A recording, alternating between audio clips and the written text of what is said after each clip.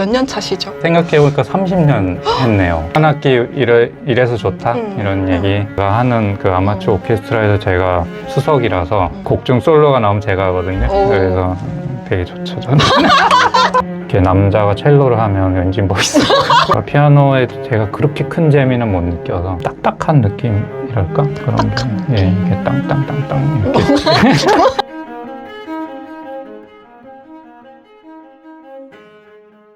자기소개부터 해주세요.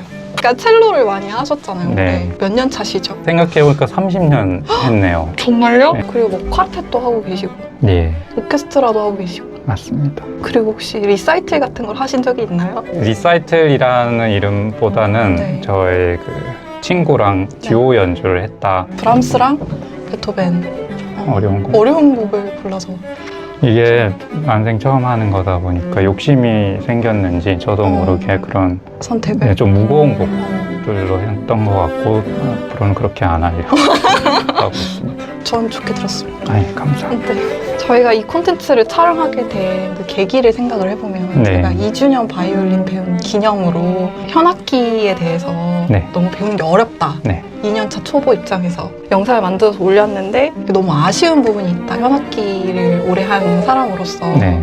좀 현악기에 즐거운 면들도 있고 좋은 면들도 있는데 네. 너무 단점만 부각해서 말을 한 것 같아서 아쉽다는 네. 얘기를 네. 해주셔서 네. 현악기의 그 어떤 장점?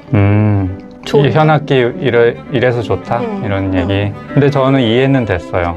그 성인이 돼서 바이올린 한다는 게 되게 쉽진 않고 그래서 그런 푸념을 한 건 되게 자연스럽다 라고 생각을 했는데 아무래도 그런 어려움에 좀 이렇게 집중을 하시다 보니까 저의 입장에서는 이렇게 꼭 생각 안 해도 된다 이런 부분들이 좀 있긴 했죠. 그 얘기를 어떤 게 그랬나요?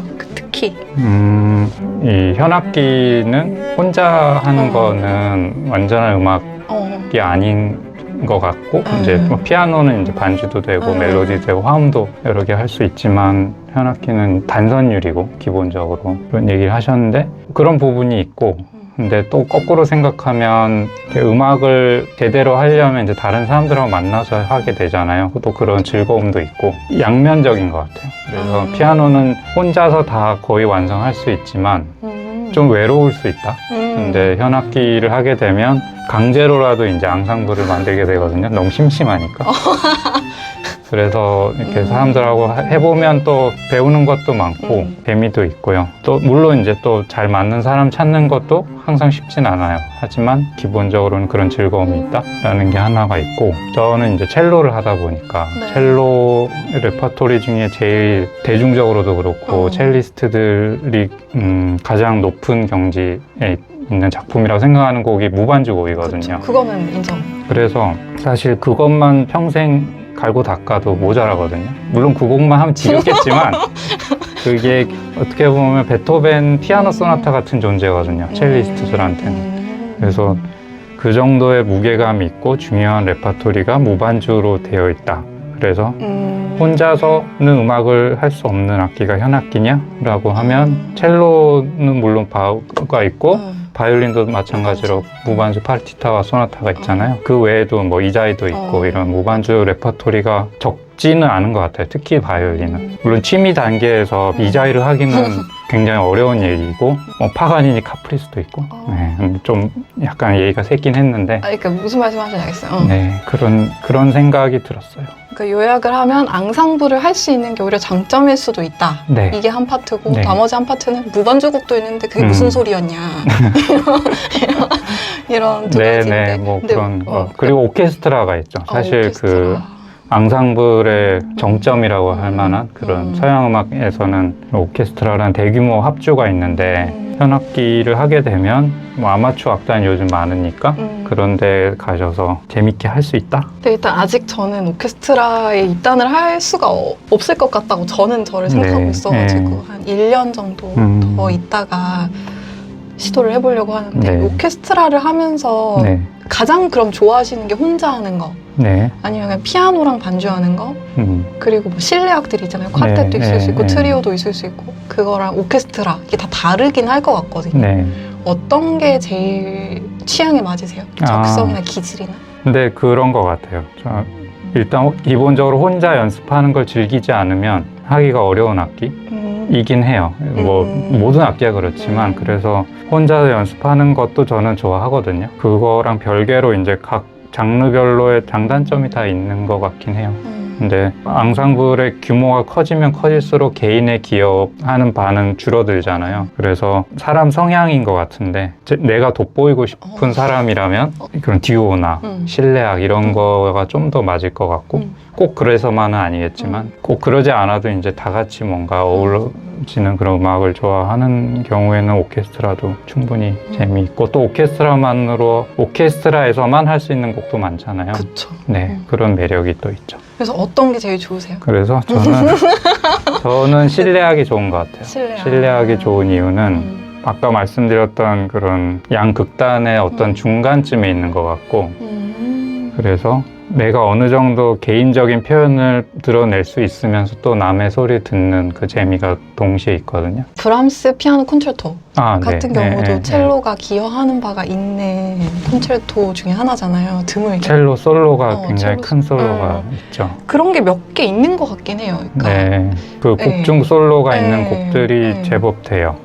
그런 걸 좀 더 좋아하시나요? 그런 곡을 하면 좀 부담이 더 되시나요? 저는 이건 이제 TMI일 수도 있는데 네. 제가 하는 그 아마추어 오케스트라에서 제가 수석이라서 그런 곡중 솔로가 나오면 제가 하거든요. 그래서 되게 좋죠, 저는. 솔직하시. 저는 어느 정도는 그런 게 되게 재밌어요. 부담을 느끼지는 않으세요? 부담스럽죠. 실제로 연주회 무대에 올렸던 곡 중에 제가 기억나는 게 그 림스키 콜사코프의 셰헤라자데가 사실은 사람들은 악장이 그 셰헤라자데 역할이고 굉장히 솔로 많거든요. 거의 콘체르토급으로.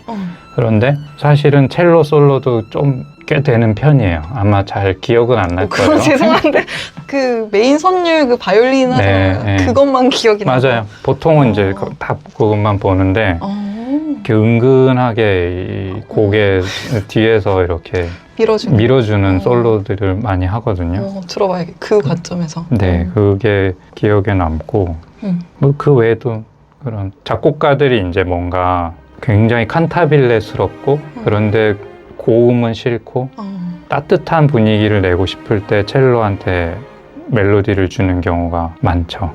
뭐 아름다운 선율 연주하잖아요. 그런 게 있어요. 그래서 그런 첼로는 굉장히 여러 가지 역할을 바꿔가면서 할 수 있는 악기거든요. 그래서 어떨 때는 그 가장 밑에 저음의 베이스 패턴을 형성하는 역할도 하다가 어떨 때는 주인공처럼 선율도 했다가 뭐 효과음 같은 소리도 냈다가. 근데 피아노를 치시기는 하잖아요. 예. 그러면은 제일 처음 배운 악기가 피아노를 먼저 배우시고. 아, 그쵸. 그러니까 이게 그렇지 않을까요? 피아노를 안 배운 상태에서 현악기를 배울 수 있겠지만 맞아요. 어려워요. 어렵겠죠? 어려워요. 저번에 다 말씀해 주셨는데 피아노는 이 건반이 있고 이게 음계구나라고 비주얼라이제이션이 되고 서양 음악은 이런 체계를 갖고 있어 라는 것을 굉장히 구조적으로 파악하기에 좋은 악기라고 생각하거든요. 그래서 저도 피아노를 먼저 배웠던 게 많은 도움이 됐어요. 일단 악보가 읽히니까. 그럼 피아노를 배우시다가 나는 다른 것도 해보고 싶어 이렇게 되신 거예요? 뭐 그런 건 아니고요. 부모님이 그냥 해보라고 했어요. 시작은. 그럼 악기를 첼로를 고른 거는 본인의 선택은 아니었네요? 저의 선택은 아니었지만 그거를 권유하셨을 때 싫지 않았어요. 뭔가 이제 선입견 같은 건데 이렇게 남자가 첼로를 하면 왠지 멋있어. 제가 중학생이었잖아요. 그래서 제 동생은 바이올린을 했거든요. 전공 트랙으로 어렸을 때부터. 그리고 저희 어머니가 피아노를 하셨어요. 그래서 피아노 학원을 하셨거든요. 그래서 엄마한테 피아노를 배운 게 처음 악기 배운 거였고 그러다가 피아노에 제가 그렇게 큰 재미는 못 느껴서. 아, 그랬어요? 네. 어떤 게 재미가 없었어요? 좀 딱딱한 느낌이랄까? 그런 게. 이게 땅땅땅땅 이렇게. 죄송합니다. 제가 잘 못 쳐서 그랬어요. 제가 잘 못해서 아마 그거를 잘 안 맞는다고 생각했는데 이제 첼로는 처음 해봤을 때 물론 엉망인 소리가 났지만 굉장히 큰 울림통에서 나는 그 소리가 되게 따뜻하게 느껴졌어요. 그래서 이거 소리 내는 거 자체가 나는 즐겁다. 이런 편이었죠. 이게 오히려 첼로로 시작을 하면은 그게 허들이 낮을 수도 있을 것 같으세요? 바이올린은 그러니까 어쨌든 듣기 싫은 소리가 처음에 나셨었겠죠? 처음부터 혹시 재능이 있어서 듣자마자 막 처음에는 아예 소리 안 나요. 왜냐하면 이게 줄이 굵고 힘이 이게 필요하거든요. 바이올린은 이렇게 위에서 내려서 그으면 소리가 찍 하고 나잖아요.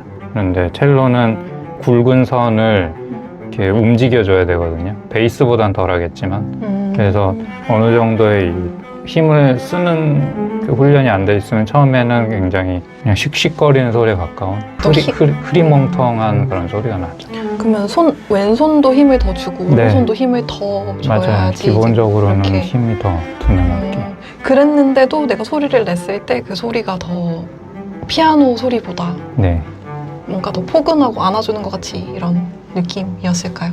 그런 것도 있었고 그런 거였죠. 그 악보를 한 줄만 봐도 된다는 거. 아, 그건 진짜 큰 장점인 것 같아요. 그게 새로운 악기를 이제 시작을 했는데 이제 막 양손 악기면 어려울 거 아니에요. 그런데 그 첼로 처음 교본 펼쳐보면 이 낮은 음자리표가 딱 찍혀 있고 한 줄이고 그 오음표가 그냥 하나씩 한마디에 이렇게 써 있거든요. 개방현을 해야 되니까.